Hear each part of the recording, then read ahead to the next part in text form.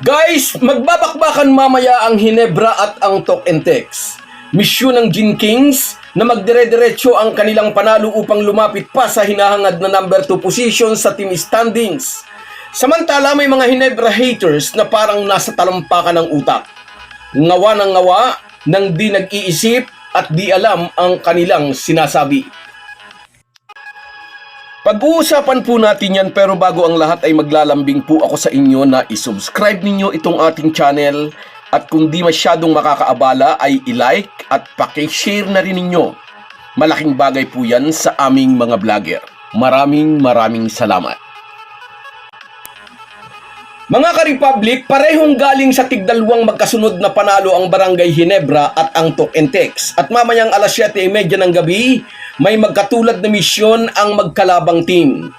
Gusto nilang dagdagan ang talo ng bawat isa. Misyon nilang pahintuin ang 2-game winning streak ng isa't isa. Pangarap ng Hinebra na makaakyat pa sa team standings para sa pag-abot sa pinapangarap na number 2 position sa team standings. Matibay naman ang posisyon ng SMB sa number 1 position dahil wala pa silang talo sa 5 laro. Mamaya ay haharapin ng SMB ang wala pang panalong Converge Fiber Xers. Halos shoot na ito sa banga para sa mga bataan ni Coach George Gallant dahil ang kanilang kalaban ay wala talagang intensyong manalo. Matibay ang posisyon ng Converge sa puwitan ng team standings, posisyon na sinadya nilang kunin para makuha ang first pick sa darating na PBA Rookie Draft. Anyway, nahaharap ang Hinebra sa isang mahirap na laban kontra sa Talk and Text dahil nga injured si Jamie Malonzo. Sang-ayon sa mga report, 3 to 4 weeks hindi makapaglalaro ang Hinebra forward dahil sa calf injury. May mga walang modong nagko-comment at natutuwa pang na-injured si Jamie Malonzo. Karma raw ito sa Hinebra forward dahil kitang-kita raw na idadangpasana nito ang bola kahit 2 segundo na lang ang natitira sa game clock. At isa pa, malinaw na raw ang resulta ng laban.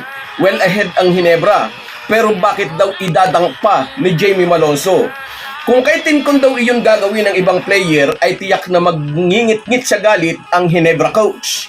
Ayaw ko sanang gumamit ng magaspang na lingwahe, pero may mga Hinebra haters na nag-comment na karma daw ang injury kay Jamie Malonzo basta makadakdak lang ng makadakdak, pero hindi naman ginagamit ang utak.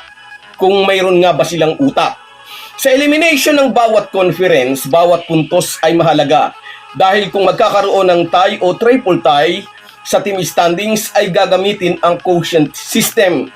Kung inyong natatandaan sa laban ng rain or shine kontra sa Northport, maganda ang nilaro ni Andre Karakot pero nasabon pa rin siya ni Coach Yang Yao.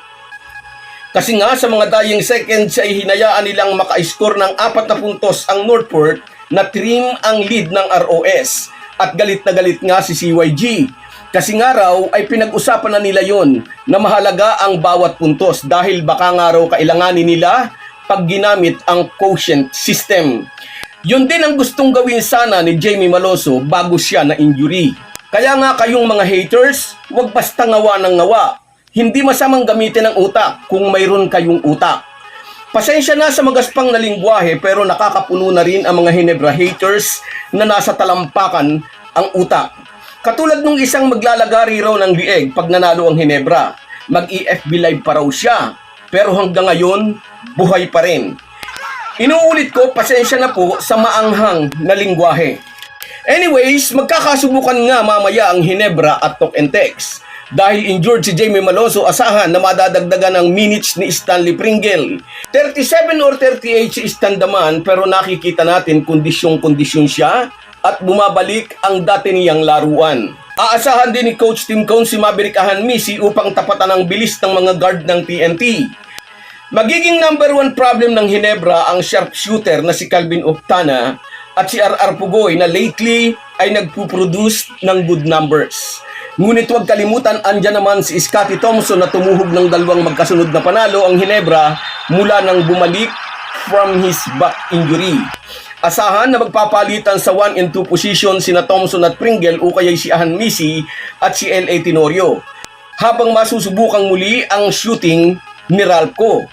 At kung di mahanapan ni TNT coach Chot Reyes ng solusyon ng problemang dadalhin sa kanila ni Japit Aguilar at Christian Standhardinger sa ilalim, sa aking palagay, kayang lakdawan ng Hinebra ang tropang Giga. Kung maipapanalo ng Gene Kings ang natitirang tatlong laro, malaki ang kanilang pag-asang maharbat ang number 2 position sa team standings at ang kaakibat na incentive na twice to beat advantage pagsalta sa playoffs. So guys, yan lang muna. Hanggang sa muli.